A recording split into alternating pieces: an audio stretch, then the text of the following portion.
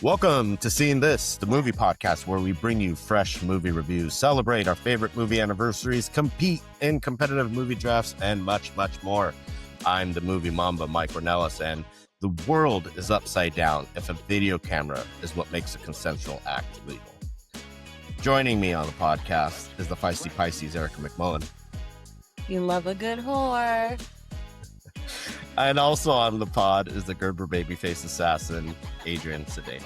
See them like chiropractors? That's all in reference to today's movie, Modern Horror. We have a very exciting episode for you. I got the privilege, opportunity to talk to the director of Modern Horror, Nicole Bazuin, as well as the writer, actress, Andrea Werhun. So stick around after our conversation on the movie to hear that interview. Very insightful, incredibly bright and creative women and their approach to a hybrid documentary, which is Modern Horror. We're going to jump right into it since we have the interview attached to this episode as well.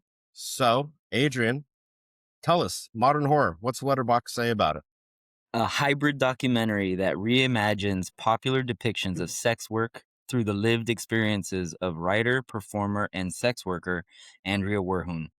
Andrea grapples with social stigma and reclaims her narrative in a series of funny, heartbreaking, and surprising stories. Pretty much sums it up. That's a full summary from Letterboxd. So if you're new to Seeing This, welcome. If you've been with us for a while, you might remember I spoke to the composer, Tom Third, of Modern Horror. We had a great conversation around the music. I don't know if you guys caught this, but there's a lot of different music cues in this movie. So it was a great conversation, arguably the hardest working composer in the game. So check that out after you listen to this pod. But like I said, we'll jump right into it. Modern Horror premiered at TIFF in September of last year, and it's now making the festival runs across Canada and is going to be making its premiere in Los Angeles at Aero Theater today when this podcast comes out, Friday the 1st, 7 p.m. So if you're in the area, want to see it in the big screen, highly, highly recommend that. But we'll get more into my thoughts shortly. Erica, what did you think about Modern Horror? Yeah, I love this. I'm always going to be sex positive, body positive. It's always so curious to see, like, it's always refreshing because, as a woman, it's very easy to see how things are demonized when, we reclaim our sexuality, we're in charge of our bodies, we're able to set boundaries.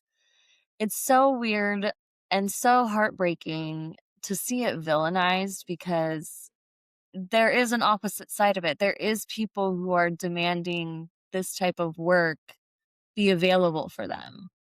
So why not make it normal? Supply and demand. Why shouldn't it be normalized? Yeah, I mean, on both sides, supply and demand. If we're living in a capitalistic society, which we've been for a very long time, how is this any different from any other kind of work that's supplied for people? And she did such a very good job doing it in this film. I thought it was super corny and fun and quirky, and there, like you said, the music was super fun. What a way to tell your story. I applaud her for that. I really, really enjoyed it. Love to hear that. Yeah. Adrian, tell us, what's your experience with sex work? I mean, what did you think of Modern? I don't really have any. what were your thoughts on Modern Horror? It was interesting. Kind of eye-opening because I was probably in that line of thinking where, it's shady, it's pimps, it's, shadowy, dark figures, in an alleyway. And she kind of like puts that to rest, like right off the bat, like debunks all that stuff. Mm-hmm. So it was kind of refreshing, but still, like, even though it was a little sketchy. It is a little sketchy, like for sure it's sketchy. But I think it was like you even asked me, like, hey, are you gonna get in trouble for watching this, or maybe you should watch it with Rosalind? Like, we didn't get a chance to watch your wife, my wife, right. For new folks, right. Your wife. So I didn't get a chance to watch it with her. Like, timelines just didn't work. So I watched it by myself. But even after watching it, I'm thinking, like, it was tastefully done. enough to where like, no, it's not outrageous. It's not like you're just watching porn kind of a thing. So I think it was tastefully done, and I think it does open some eyes and some um, kind of gets rid of some of those stigmas that are there for sure. 100%. And Andrea, is from Toronto, and her experience is from a Canadian perspective, right? Where things may be different here in the States or anywhere else in the globe. But before I dive in too much about my thoughts, I do have a special guest for this film as well. Danny Trejo, who you may know as a gangster, the Mexican gangster in a lot of Johnny movies. 23. But in Anchorman, he plays a bartender, and in this clip I'm going to show you, it's brief, but Ron Burgundy represents the government or governments from my perspective. So here you go. Times are changing. Ladies can do stuff now. You're gonna have to learn how to deal with that. What? Were you saying something? Look, I don't speak Spanish.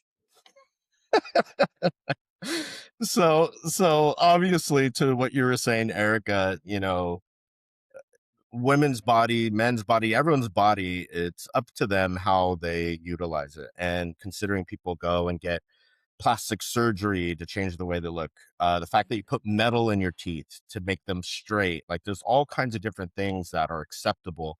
And the fact that you have two consensual, three consensual, whatever the case may be, you have consensual adults taking part in an act that is, like you said, in a capitalistic system, you Transactional. pay for a service and you get it. And like you said, Adrian, like a chiropractor or a Reiki service or whatever the case is, if it brings it checks off a level of healing, or it's able to provide you something that you're needing in that moment. And again, it's done safely, it's done consensually. There shouldn't be anything wrong with that. And I know we're kind of speaking at a large level about sex work as a whole, but I think the thing is, this documentary, this hybrid documentary, really highlights why it should be legitimized, why there should be a legality behind it. So then you get protections from labor laws, and it is done safely, and there are routine tests and Yeah. everything that would take place in any other kind of service that is provided. I really enjoyed the film. To your guys' point, it is quirky, it is fun, it is a little bit cartoonish intentionally for the comedic aspect, and I think that makes the whole topic that much more accessible. You know what I mean? And the fact that, like I said, she's based in Toronto, that's her specific experience, but she even mentions how, she's a cis white woman. So she speaks to other sex workers and gets their experience. Like you're saying, there are shady moments, like a lot of different industries that you run into this. Um, but it's told in a way that removes stigma. It answers a lot of questions, from the sex worker's point and even from a client's perspective, and that you run into all kinds of different people, just like you do as a server, a waiter, or whatever, a bartender, or anything where you deal with people. You're going to get assholes. You're going to get people that don't understand boundaries. So I think it was really empowering the way this film was done. I think if the only thing I would have, well, first off, I wanted more of her mom and her boyfriend's perspective. Like, I thought that was really interesting how he thought. I think we could just do a documentary on just like that dude's thinking, and how he approaches the whole situation, the whole thinking, especially she's still like a stripper kind of a thing. And also the mom's perspective, in the sense that they just kind of gloss over it, like how she's a Catholic, traditional Catholic woman, and she doesn't really say much, even in the documentary. Like as she's sitting there, it's almost like Andrea is speaking for her, and she's just there saying, "Yeah, right." So I wanted more from that aspect, and a little more from like she just glossed over the STD stuff. Like she just like a quick 30-second clip of her talking about, oh yeah, I caught all these STDs, and then that was it for the rest of the, like, those I feel like are big issues and big threats, like big stigmas that are still there, that I think she could have tried to tackle a little more. Well, I mean, I don't know how much you can really double click on that. She says that she got these, because she, encountered various people and that she took medication for it and it cleared it up. I don't know. I mean, it's stated there, I think, for the purpose of saying that these risks are still there. And she talks about how when she first got into the industry, like she just called up the best looking website escort service, Yeah. and like these two kind of shady people were like driving her to her appointments and like, oh, how often should I get a STI check? Yeah. Like once a month. I'm like, oh no, not even that often. Yeah. So It's like, I think, yeah, I think that's just a testament to why it needs to have a level of accountability when it comes to testing regulations, I things mean, like if people can make money on OnlyFans and porn, why can't they make money as a sex worker, as a prostitute, stripper, what have you? Yeah, no, I mean, that's exactly why I was saying, the fact that porn is legal, and I'm not saying that it shouldn't by any means, but the fact that it's legal and it's consensual people having sex in front of a film crew with the camera for many people to see, that makes it okay versus the privacy of two people in a yeah, room, a versus house. something that's happening in the privacy of your own home or in the privacy of a Hotel room. somewhere else, just yeah. 100%. Erica, when you're talking about it, you said you're always going to be, sex positive and woman empowerment. Is there anything from the documentary that kind of like opened your eyes to sex work that maybe you weren't as familiar with, or anything that kind of, you know, spoke to you to some degree?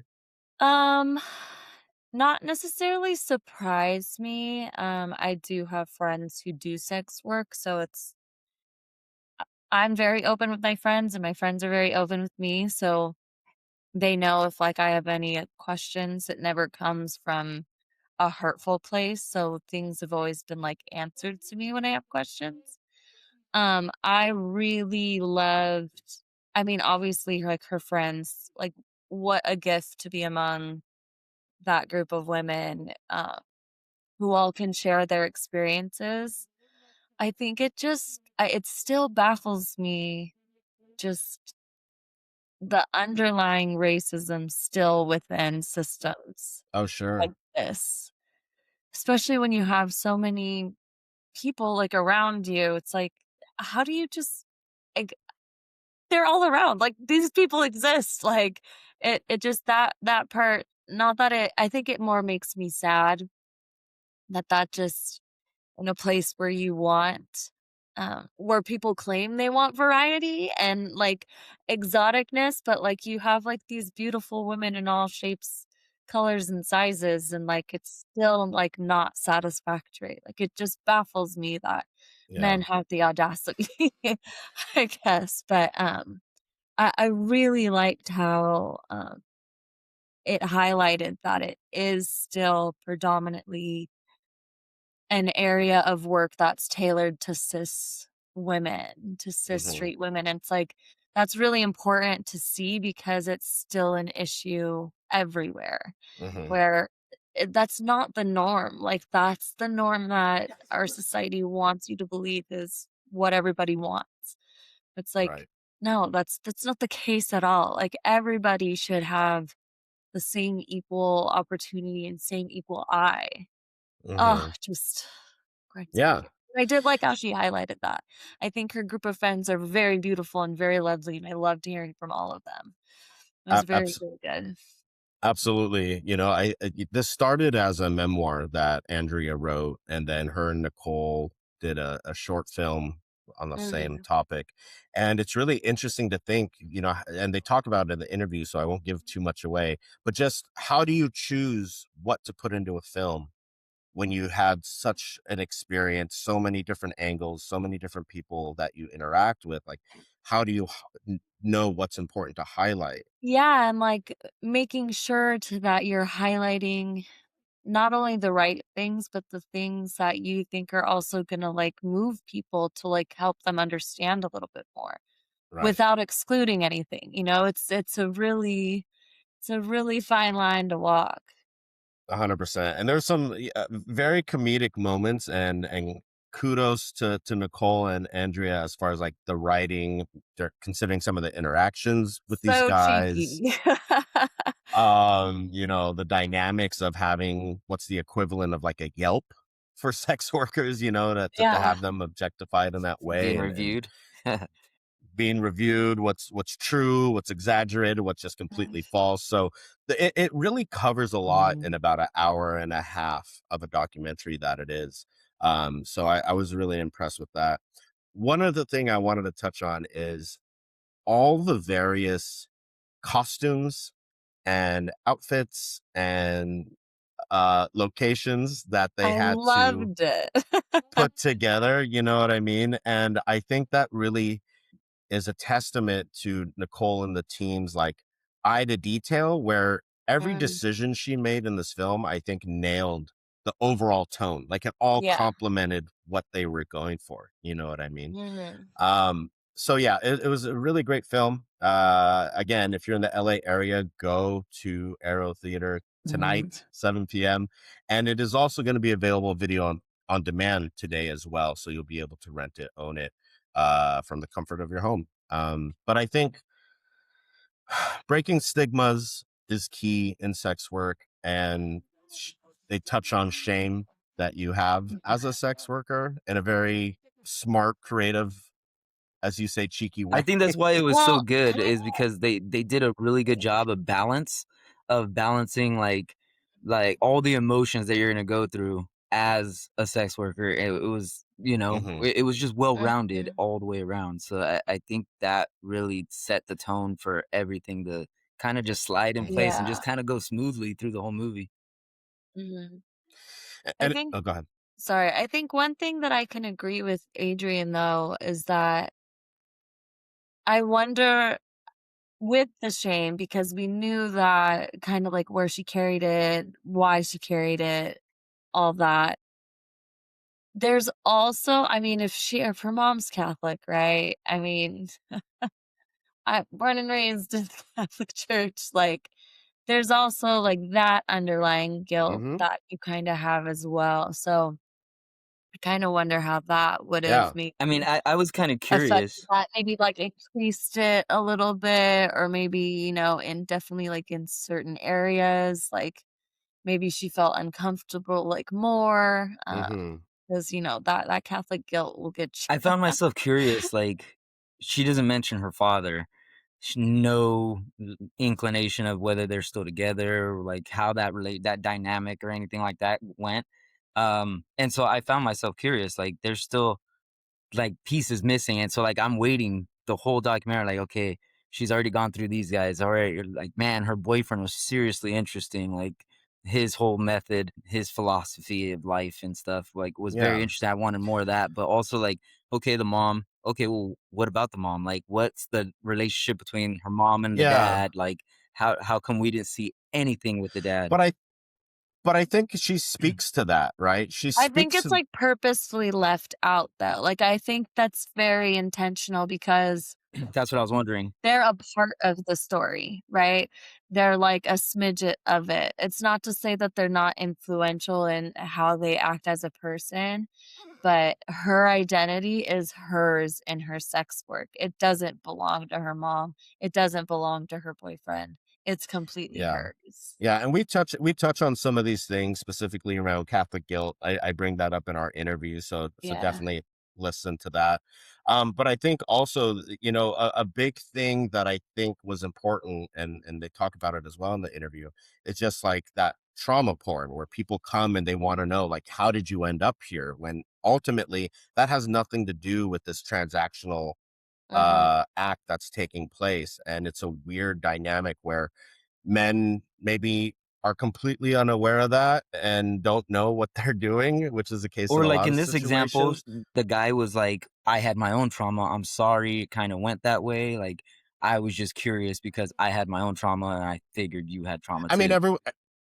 everyone's going to have their reasonings as to why they're curious about that. But I think the point that is done really well and Andrea touches on is that, like, there's still boundaries in this sex work. You know Mhm. what I mean? And like with any work, like, is that a question you're going to ask your server or your car detailer, or, like, just because they're doing this kind of work doesn't make them completely open psychologically and I think there's emotionally a piece of that to a though that client, we're right? kind of like you lose in translation. Like Erica said, she has a different relationship with her friends where when she asks a question, even if it could be one of those like tough questions to answer, it doesn't come off as she's attacking them or from a place of anger Right. and hurt, where that feels like that trauma is from a place of hurt. You're specifically trying to trigger a response, But right? you're saying by like a client asking Right. that. Right. I think that Right, right. And you're missing that little piece that relationship. You can ask that, is key. but the way these clients are asking it, the way he was asking it seemed like it was more of an attack, right? Like But it's not so much a and it's genuine also question like Erica's alluding and to. it's also very different to have that asked by a stranger or someone that Like is in your strictly place of work. right, right, versus like a friend. Like we talk about things Yes. off mic that we may not talk about on mic. But that's because there's years and years of relationship building and trust. I think trust is the biggest thing.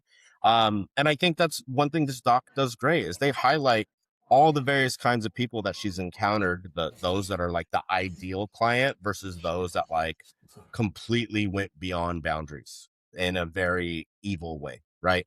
So Yeah. And the difference in managers too. So at like a strip club or like whatever, one 100%. manager, you know, it's your fault, and the other manager like, nah, that's not acceptable. This guy's banned for life, kind of a thing. You know, it's great we're talking about that because there's certain points where I felt like I'm not even being necessarily critical about it because it makes sense. But like a lot of the men were made like very silly and goofy and dumb, and men are the worst, right? Which fair.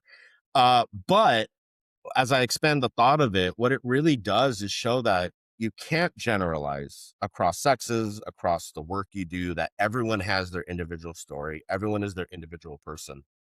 And I think that example of like the various club managers that she worked with were night and day, the way they handled certain situations. And Yeah. that's how it is in the world, right?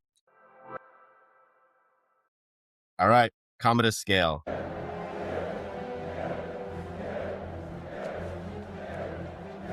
Thumbs up, even or down. Erica, you kick us off. Yeah, I'm gonna go thumbs up. I'm gonna go thumbs up, and I also want to say I highly recommend this. Obviously, if you're over 18, kind of kind of ordeal. Good call. Be prepared for nudity, anything like that. But this is not only an important film now, but I think it's going to be an important film for the rest of the time that it exists. Mhm.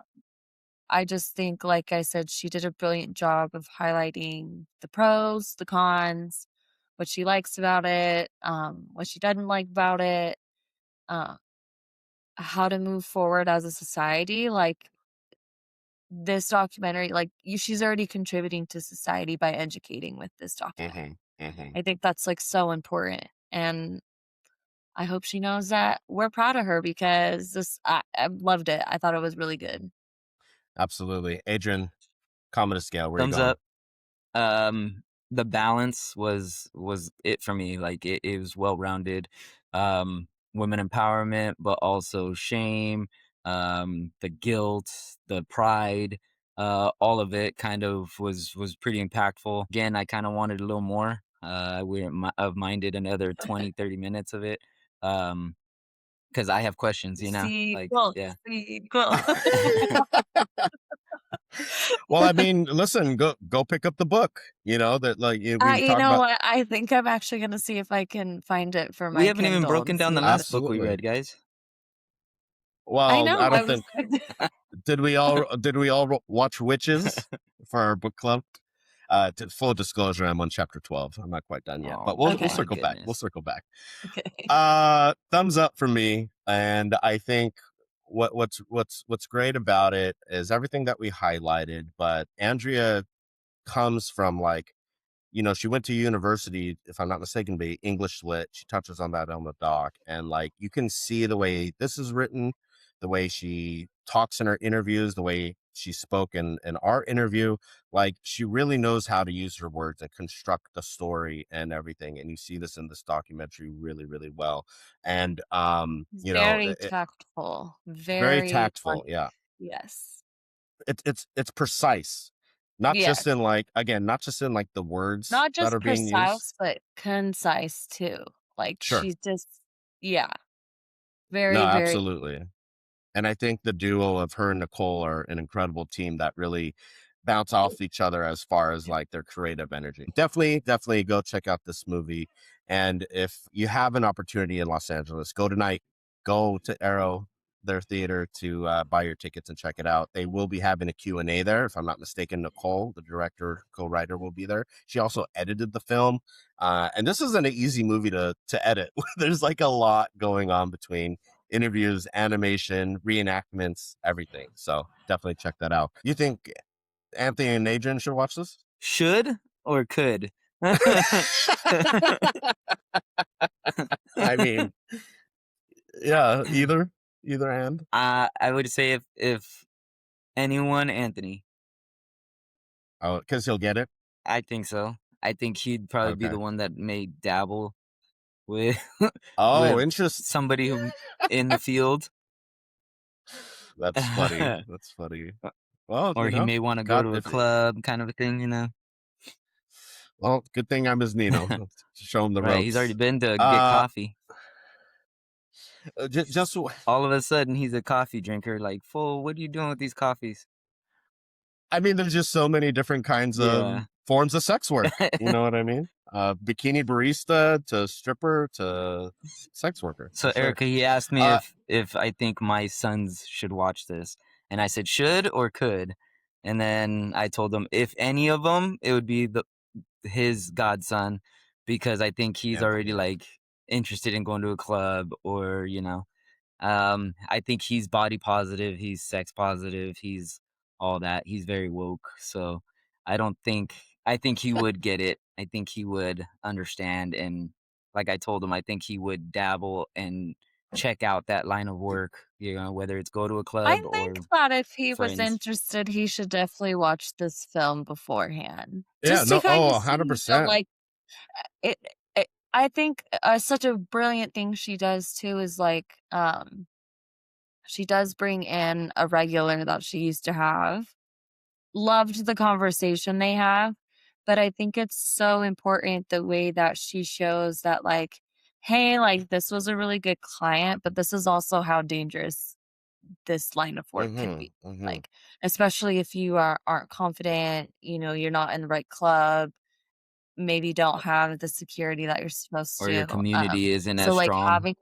if he is interested, I think it'd be important for him to show, like, "Hey, like, just because you are a safe man doesn't mean that you can maybe be put in a situation where a woman might feel unsafe around you. Sure. So It's a here's a way great to work around it." it's Yeah. a great guide as far as even etiquette for like a man Yeah. in these situations. Like, you know, whatever their Just intention being is. kind, being respectful, Yeah, listening to and what typical boundaries. boundaries are.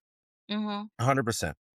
Let's get into double features. What would you recommend and pair with modern horror? Adrian, let me go to you first. You usually have some fun ones. I do have one.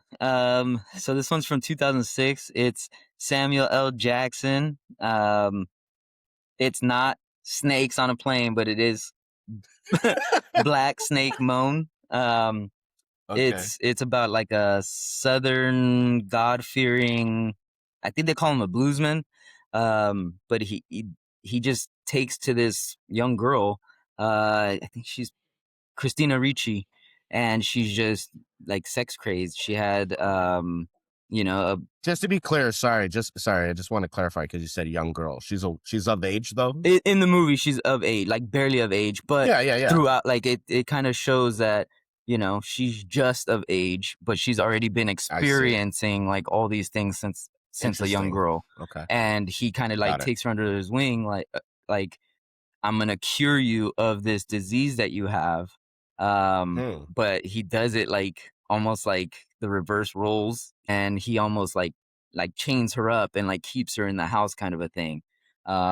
It's a very interesting movie. I think they could have done it way Wild. better. Like, it's not a good movie. It's just an interesting movie with a genuine concept that I think it fits this tone for sure. You took it dark. It doesn't sound. This Yeah. is.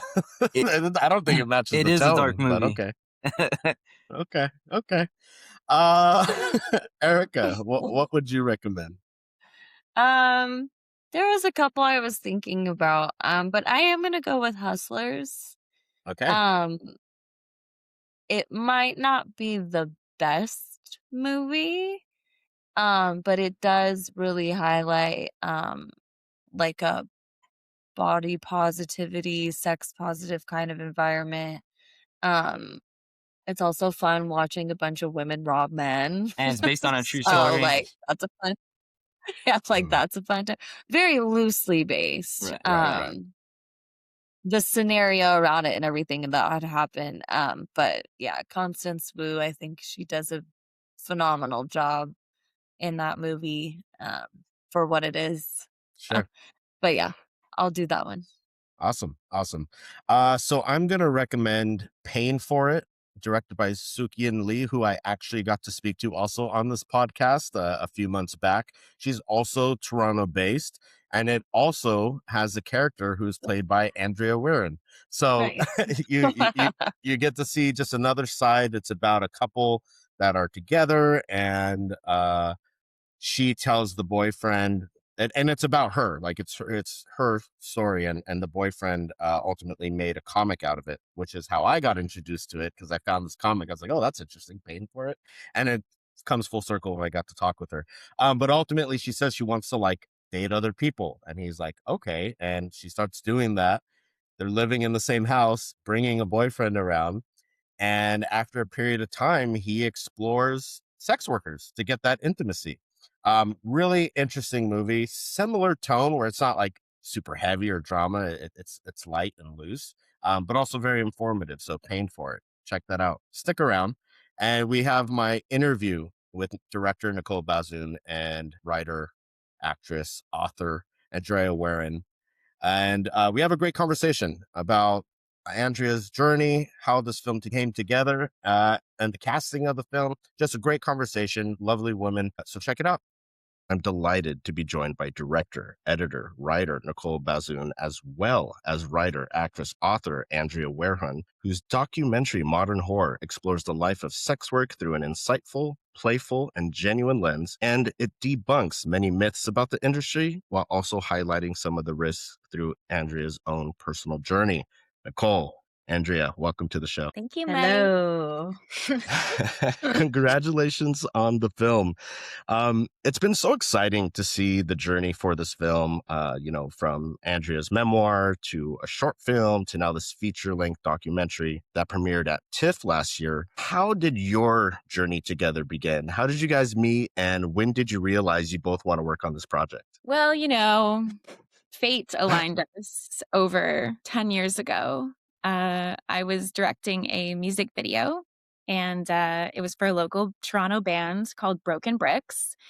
And they had a very, kind of 1960s vibe. And so naturally, I wanted go-go dancers in this video. So I put out a call through friends. Does anyone know anyone who'd be an excellent go-go dancer? And Andrea was recommended to me. So she showed up to the set. I introduced myself. I said, I'm Nicole. I am the director of the video, and I will also be go-go dancing alongside you because the other go-go dancer didn't show up. So that was the first day we ever met, was dolling up and dancing our butts off in this video. And I think it really set the tone for our friendship and what eventually has grown into this multimedia collaboration. To say the least, you've covered a lot of ground as far as the medium that your collaboration expands to. I had the privilege of speaking with your composer, Tom Third. Incredible work by him on this film. He mentioned at the premiere of TIFF, or at TIFF, excuse me, it was like a party vibe. You had a lot of a packed house, different various sex workers there in attendance. And now that the film has had additional showings, I'm curious, what has the reception been like? What's it like going to see your project now on the big screen with full houses? How's the response been to the film? I mean, the response has been very warm and well received, I would say. I think audiences have been very generous and open. And frankly, I think they love it. I think they love the film. And that's the vibe. That's the vibe at these screenings, is just this sense that whether you're a sex worker or not, I think there's something for everybody to love about modern horror. And I've been so happy with the way that audiences have taken to this film. It gives me a lot of hope as an out sex worker that, yeah, everything's gonna be okay. I think we're gonna Right. be able to change people's, hearts and minds on this thing, because that's an important part of the work that we're trying to do with this movie. It's one of the most unique documentaries that I've ever seen because it's equally comedic, vulnerable, thought-provoking, artistically creative. You make a lot of great choices, Nicole, as far as how you have animation and reenactments, things of this nature. I'm curious, you're both co-writers on this project. What's that collaboration process like when you're putting the bones together of this film? And were you able to identify, all the different aspects of sex work that you want to cover? Like, what was that process like? That's a great question. I mean, so Andrea is the writer of the source material, so the stories that appear in the modern horror book. And, I have recognized that I really enjoy editing as a aspect of writing, and then I'm also the editor of the feature. And so I did feel like it was an interesting uh challenge to think about. Okay, we've got so many stories in the book. What are the ones that are going to make it on screen? And I remember Andrea, bringing up things to me like uh, trauma porn kind of jumped out as like it felt important that should be in there. That's a theme that should be in there. Um, Shame was something else that was really important to you, Andrea. I remember, and you can talk about how that was personified. But yeah, I think it is a situation where when you're adapting a book, there's so much material, and the real estate, the runtime of this film was not going to be covering all that material. But it's such an wonderful opportunity to think about what are the essential parts that should be in here to create a fulsome sense of Andrea's career, and leave audiences with, perhaps an education that they didn't have going in. And so it's also about kind of building as the film goes along. It's about maybe disrupting their expectations right off the bat a little bit. And then from there, bringing them on a journey where hopefully they feel like the story is surprisingly relatable along the way. I think like part of what was important about the writing process was because this is a hybrid documentary.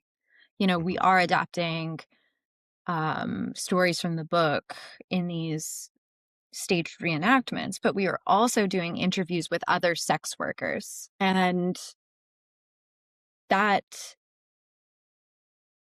was important for me as a sex worker memoirist to expand the platform of the film beyond what the book could do as just being a part of my story.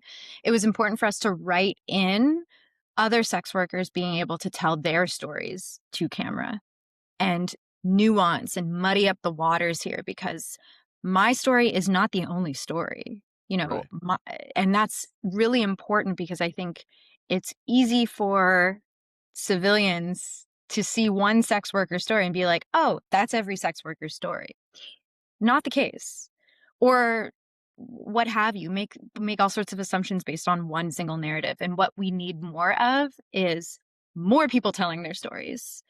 And so that was a really important thing to write into the feature, is this multitude of lived experiences to bolster the ultimate point of the film, which is that all sex workers, regardless of how they get into the business, regardless of how they feel about it, whether they're empowered, whether they're victims, whether what have you. Every single one of us deserves to be treated with dignity and respect and have access, equal access to justice and to rights, to human rights. 100%. And I'm really thankful that you guys decided to take that angle, because you even mentioned in the film, Andrea, that, like, you're a cis white woman, and the fact that you bring in people from diverse backgrounds, race, whatnot, shows that it's both a shared experience, but also a very unique experience to each person. So greatly appreciate that you guys did that. I'm curious on the casting side of things. Nicole, I'll ask you. The men as Johns or club managers in the film are phenomenal as far as their performances. It felt like they all understood the assignment for their character and completely matched the tone of the film. What's that casting process like? Like, how do you go about finding these people and then assigning them to specific Johns or roles? That's a great question. And yeah, huge shout out to our our cast of clients in the in the film. Well, I have to say, when we started the process and we worked with Jesse Griffith's casting, who was fantastic, um, I think I had some concerns, like, are we actually going to find folks who are wanting to play these roles? I just wasn't Right. sure, but then as the call went out and the audition tapes racked up, my fears were put aside, because certainly there were enthusiastic men who did want to be part of this project, very luckily for us. And so, yeah, it really was a situation where, it was just trying to find the right people to bring those characters to life. And I do think that the guys who we were able to cast were phenomenal, and really bring so much to the film, because it's one thing where it's a book, but now we actually have live performers bringing these characters to life. And some of them are funny or dorky or etc. But there's also some bad clients in this film, and I think we were really lucky to find some actors who brought a lot of thoughtfulness to those roles. And I think that maybe Andrea, you've thoughts on that too. Acting alongside them. Yeah, they were all great. And shout out to the hardest working intimacy coordinator in the biz, Anissa Tejbar. Yeah. Because there's a lot of work to do in dramatizing those scenes. And gratefully everyone was game. Everyone was, super professional and delivered the goods. Any Sure. real life awkwardness translated into comedy gold on screen. So we're very grateful to those guys. Shout out to them, and to Anissa for doing such a great job in choreographing those many, many, many, many, many, many scenes. Yeah, let's hear it for the boys. Indeed. And Nicole, you touched on it earlier about the character of shame making an appearance, and Andrea, your performance is quite transformative to say the least. That Catholic guilt is real. But what do you think it takes? Oh, I accidentally turned on Surrey, and it's giving me information about Catholic guilt. Quick, get out of here, No! Surrey. There's something so meta about that. There we go. The beauty of editing. With the idea of shame in this film, you show kind of that journey of what it's like to deal with that. And I'm just curious, from either a sex worker standpoint or even from a client standpoint, how does one overcome that shame, not listen to these voices? Because a lot of the times, as you touch on, it's from a societal outside force, or it's from like familial constraints. Like, how best did you navigate that, Andrea? I mean, personally, I had the opportunity to personify shame as this Limp Bizkit loser Right. incel. That was very healing for me. And so I recommend That's one way to process shame. But if, if that's not available to you, there are other ways. I think I think in a way, I guess the point of personifying him is that one should have a relationship to that shame and maybe like write it out. What is it? What is it? What is the inner voice telling us that we are, and where does it come from? And is it real? I am a huge advocate for seeking out mental health support, especially if that shame is debilitating and impacts you in your life in any particular way, whether you're a sex worker, whether you're a client, in whatever way that you interact with this industry and feel a way about.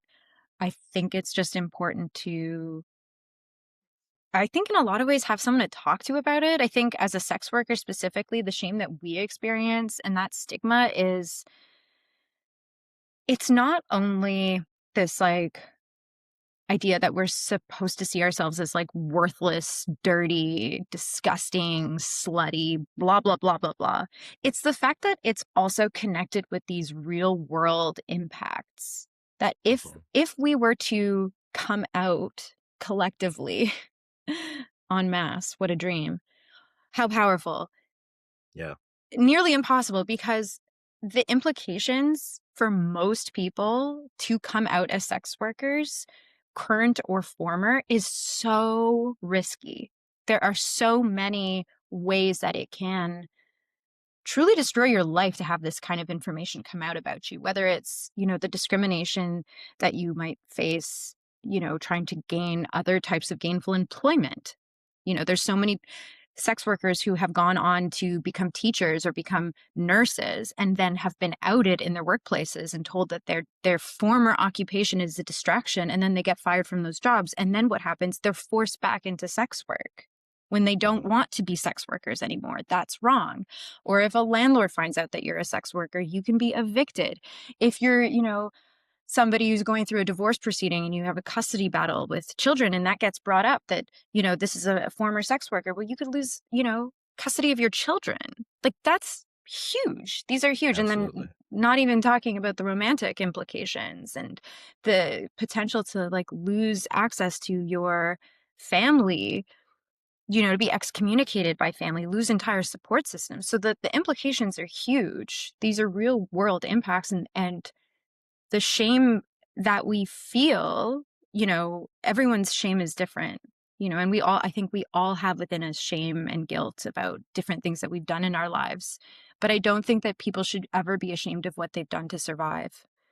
And I think as someone who's out, I mean, I deal with stuff on a day-to-day basis, but at the same time, I'm on the other side and I get to like live my life authentically in a Right. way that really rocks. But I also understand that I'm extraordinarily privileged in my ability to do that. And part of what's important about modern horror is that what I hope most of all is that it opens doors for other people to be able to live their lives more authentically. But I never want people to feel pressured into coming out because you can't go back into that closet once that door's open. And to really make sure that you have all the supports in place before one is ready to disclose that type of information, because it will change your life forever. Absolutely. And it's a key reason why I think, whether you're directly involved in sex work or the industry or an ally, it's incredibly important that we're able to have that support and get it legitimized by labor laws and protections, right, to make it a safe working space. So I know both of you are incredibly busy with the tour, promoting the film. Very excited for it to be having its premiere in Los Angeles, Friday, May 1st at the Aero Theater. This will be coming out on that day. So today, go buy your tickets, folks, for Aero Theater to go see modern horror. Just one last question I like to ask everyone. So this is the hardest question. Underseen movie recommendations. What's an underseen movie that you would like to recommend to people to put on their radar, whether it's related to the film or just something else that you'd like to promote for folks? Well, I mean, we've been talking a lot about Working Girls by Lizzie Borden, which is another sex work film that Andrea recommended to me, and I watched and was blown away by.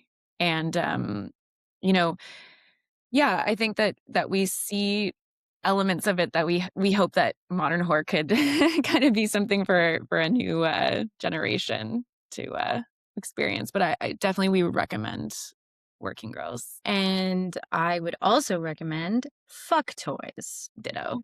You gotta go see Fuck Toys. Fuck Toys is in a theater playing near you. Annapurna Sriram, gotta go see that film. Go see it. Top of the watch list, top of the watch list. Great recommendations. The film is modern horror. It is also going to be available on video on demand May 1st as well. So if you're not able to be in Los Angeles to go to the screening, definitely highly recommend checking out the film. Nicole Bazuin Andrea Werhun, thank you so much for your time, and best of luck with everything moving forward. Thank you.